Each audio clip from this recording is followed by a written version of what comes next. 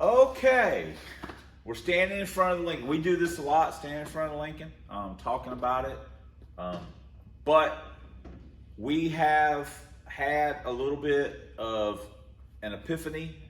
It's like writer's block. Whenever we want to get this car going, we're going to get this car going. This is like a pet project. I know that it's not popular among some of the subscribers or viewers or whatever, because if you're just looking at the analytics, the videos don't do that great, which doesn't matter to me one way or another. But it's just, people like Mustangs more, which understandable. I mean, I guess. So I understand this is acquired taste, but we're going to get this car running regardless of what YouTube thinks or wants us to do. So what has happened is we had a plan. We're going to put the aluminum headed 302 in here and all this rigmarole and stuff. And then someone started kind of yapping a little bit about, hey, the Lincoln's like the gatekeeper of the group cars, kind of, which technically kind of the van is, but I don't know, maybe Kyle's truck bootlegger's more. I hate to say a high 8-second vehicle is the gatekeeper, but so, and it, whatever. So Kevin started, has a little combination of stuff that he's going to put on his 55 at some point, and is, looking for a race. So he was asking me how long it'd be before Lincoln was running. I said, I don't know. I'm not worried about it. I'm working on a little pro stocker and stuff, and it's not a priority. But sometimes inspiration comes from the strangest places, and so we started kind of looking over here more and more. We're out here looking over at the car and stuff, and like, we really need to get it going. But we had there's really four things that are keeping us, have kind of been, we're just wrapping our head around a little bit. We got to do the wiring, and I did that in the LTD, and while I'm very happy with the way it turned out, I'm very satisfied with it, I freaking hated doing it. I do not like doing anything like that. I suck at it. I don't have any interest in getting better at it. I know people say, well, if you were better at something, you'd like it more. No, not really. I mean, if you don't like it, I want to get better at things that I like to do, not things that I don't like to do just for the sake of being better at it. That's not how my simple lizard brain operates. So we don't like doing stuff like that. We're not very good at it. Obviously, you see our cars, we got wire nuts and butt connectors and 8 different colors of wire holding everything together. So it is what it is. So we got to do the wiring. And that just sucks. I don't like doing it. The other thing is the brakes, doing the manual brake stuff. Do I put the line lock in it now? I got to get the fittings and different fittings because the Lincoln stuff's different than a Mustang and blah blah blah. So I just look at it and go, So that's a little bit of a roadblock. Not a big deal. It's just when I decide to do it, I'll do it. I'll get the stuff and research it and blah blah blah blah blah. Then there's the motor combination. What we're going to do about motor? We're going to put E7s on it, ported E7s and stuff. And that became a thing unto itself with Kevin. The other day, he made the comment, he goes, because I'm just complaining about E6s all the time. It just churns my stomach to have E6s on this thing. Because in all honesty, if you're going to have something kind of weird like this at the track, it needs to be kind of respectable. The way it runs, kind of respectable, and that means different things to different people. But for me, I mean, it's got to be like a bottom 8. I mean, you can't go up there and start getting whooped up on by like regular Hemi Challengers and that don't have tires, guys without street tires. Just your regular street crowd that comes up there. You got to be able to make them sweat a little bit. If you can't do that, I mean, So that's just me. So, especially with it looking kind of race car-y, if you want to call it that, with no interior in it.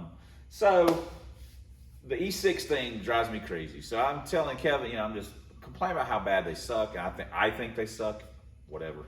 And he's like, well, what do you think it's going to run with this and that and the other and blah, blah, blah, blah, blah. And I said, well, maybe this, maybe that. And he said, well, it's not going to run a 7 anything with E6s on it. And I went, whoa, whoa, slow your roll, kid. Pump your brakes.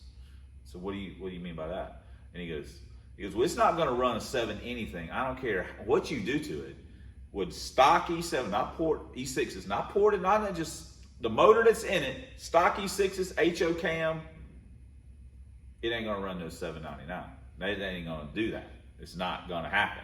And I'm like, whoa. So now he's done this multiple times, telling me that something won't do something, and then I go and do it, and then, you know, he's probably just stalling. Honestly, he's just messing with me, just stalling. But he knows I can't almost resist stuff like that, especially if it's something that's sort of attainable. He's not going to make it unrealistic. He's going to sort of attainable, because I think it's sort of attainable. So he's like, no, you can't do it. So what we're looking at now is maybe just leaving it the way it is for a couple track trips, nothing. Oh my gosh, we're going to live E6 or die. You know, no way. As soon as I can get those things off.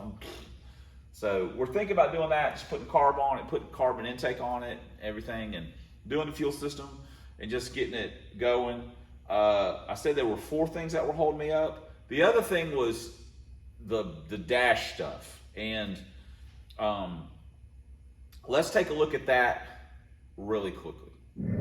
For me, the dash has always been a problem. I've always said, you know, I want to have a dash in a car and don't want a car without a dash, blah, blah, blah, blah, blah. I've said that and said that. Well, sometimes you see something, you get inspiration. We were at the track a couple weeks ago, and I saw a Mustang didn't have the dash in it. And I'm like, I wouldn't want that in a Mustang. But I thought about it in the Lincoln, and I said, you know, maybe that's something that'll work for me. So I came back, I mounted the column and everything in it, and put the tack, just mounted it to the column. And this actually, for me, it's very comfortable, especially where the seat is and where the shifter is.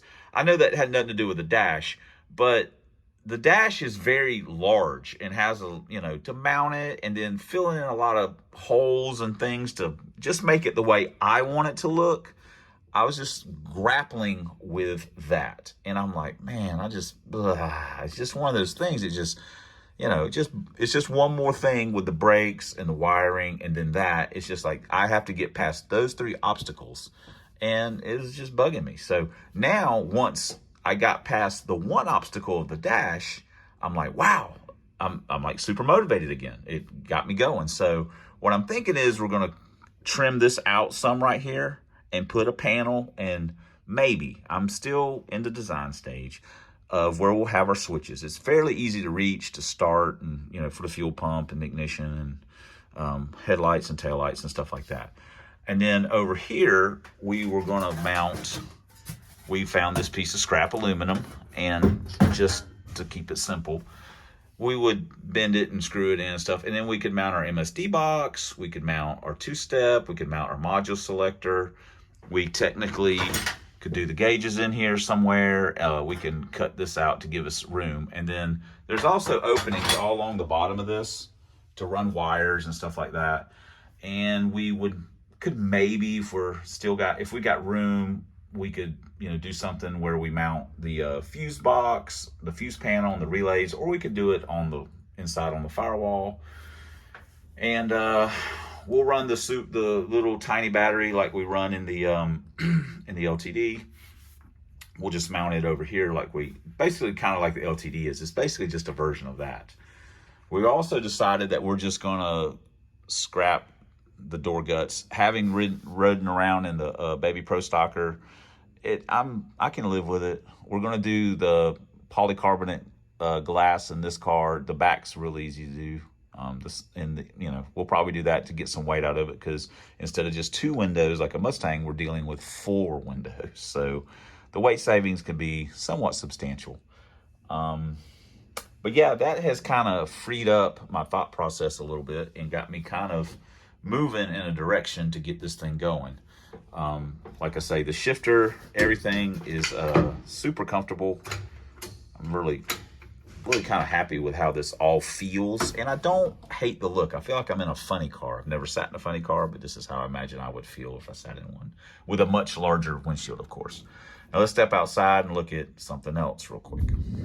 Like I mentioned before, in a little Pro Stocker, we ran the little radiator and fan versus all this stuff. So that's gonna save us a little bit more weight. Of course, that allows us to leave that out, which saves us roughly 30 pounds. That's not even count what we're saving off of this. And then we've got this piece of aluminum, you know, that we'll mock it up, and then we'll just figure out where this needs to go to make the actual kind of support to hold the little radiator in. The other thing we're going to do is we're going to take the fender well solenoid, and we're going to mount it somewhere over here, or right, you know, somewhere over here, to make it for the battery cables a little shorter, a little easier, and then we can just run the wires in through here or wherever, and just shortens everything up. And I mean, not that it's typically a weight saving. That's not really a weight savings thing. That's not why we're doing it. It's just compact. Plus, it gets this off the fender well, puts it over here, and then all we'll have is just like lights. We'll just have like the lights and fan wiring, and that should be good to go. I had something else. I don't know what I did with it now that I think about it. We still, you know, we need to do our fuel cell stuff and get the fuel system and stuff like that. We're also going to, I've thought about this, and we're going to do the trunk lid. We're going to cut all the support out of it and everything. And while that's not going to save us, and pin it on, while that's not going to save us a huge amount, and it's honestly probably not worth doing, I'm still going to do it, because the car's got so much overhang that I think we're going to be okay as far as any kind of weight transfer issues. I mean, our Mustangs seem to work pretty good, so I don't know why Lincoln would work any worse.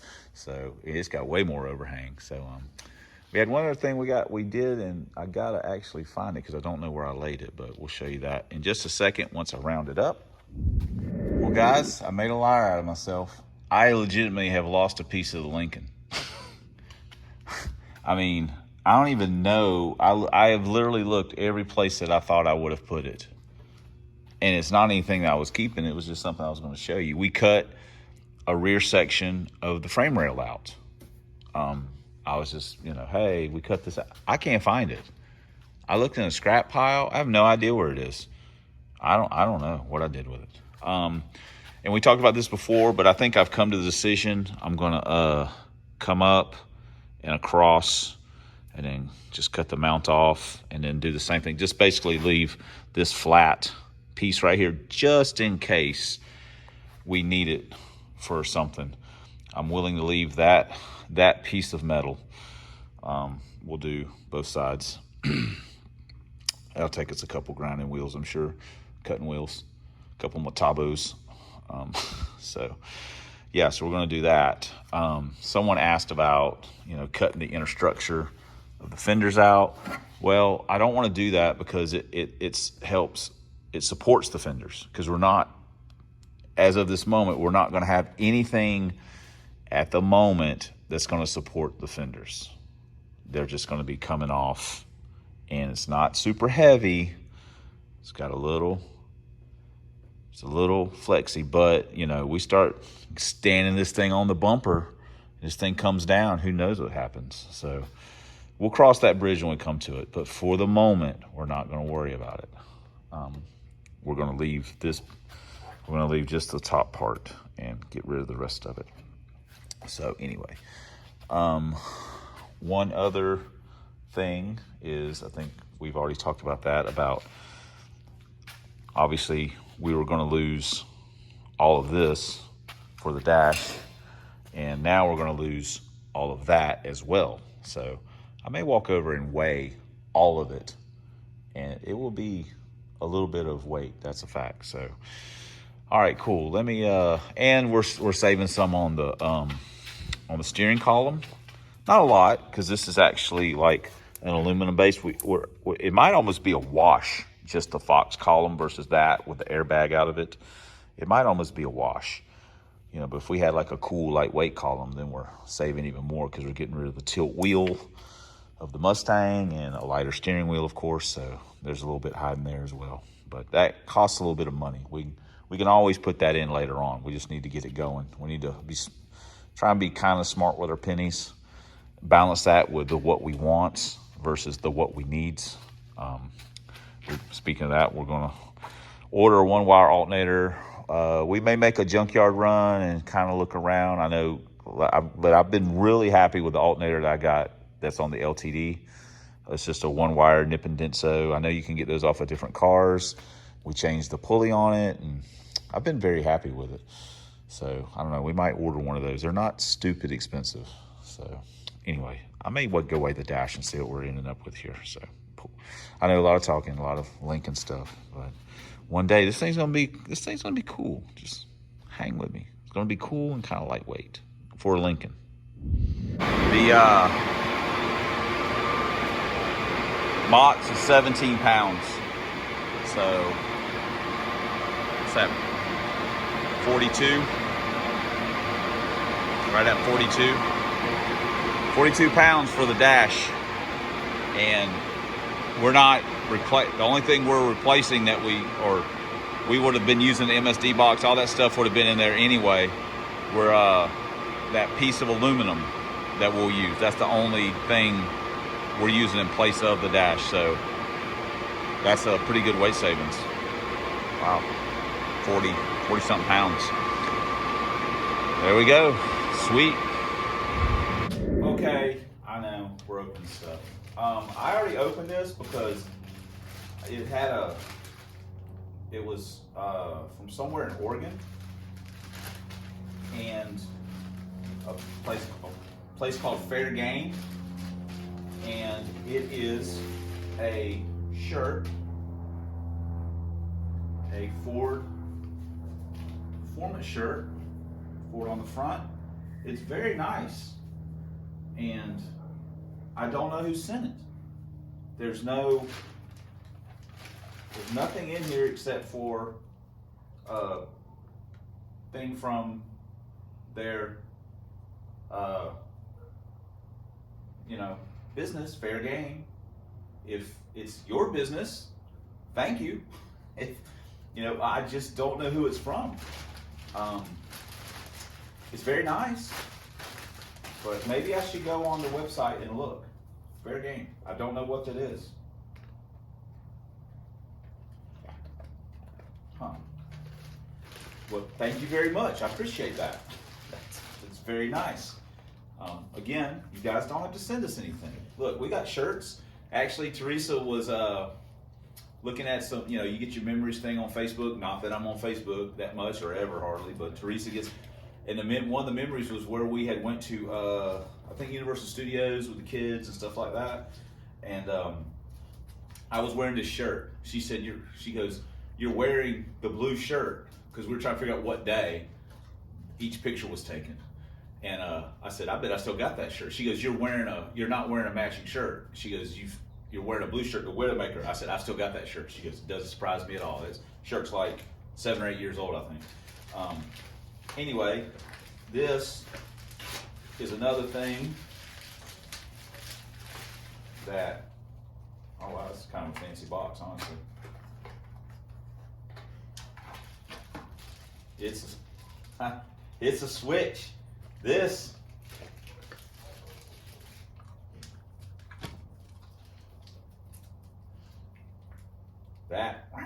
That's going to get the whole thing started right there. It's going to start the car. Order 2 of them. But this is going to be our switch to start the Lincoln. So, I know, right? That's very exciting. Exciting stuff. This is also, gosh, I'm like a Butterfinger today. This is also, oh no, eggs. Packing eggs. This is also, jeez, come on, very delicate. Sunpro. It's a oil pressure gauge.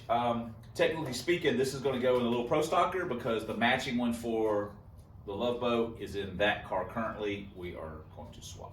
So, no big deal there. Again, this is one of those videos full of promise, but ends in disappointment because we didn't actually get anything done. We just talked like we always do about what we're going to do and get blah, blah, blah, blah. I did order another part for the LOVEBOAT that should be coming in before long, but sometimes we have to assemble all the pieces of the puzzle, but we can have our plan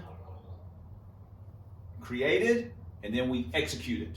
So I think right now that we have our plan fully developed and we are ready to execute, and then we'll move our plan will adjust as we go down the road performance wise. But we have got to get the car running, then we'll figure out exactly what we got and how slow it is. So, all right. Thanks for commenting. Thanks for subscribing. Thanks for supporting the channel in all the ways that you guys do. You don't have to send us stuff, but we certainly appreciate it. And hold on, I had to buy a new pair of glasses, of crap glasses. These are brand new, first time I put them on. Thanks for watching. And until next time, I'm Substandard Leader and Fox Body Videos and this man's YouTube. We'll see you guys in the next vid. I promise we're actually going to work on this car, actually do something to the car, and not just talk about it. So, see you guys in the next video.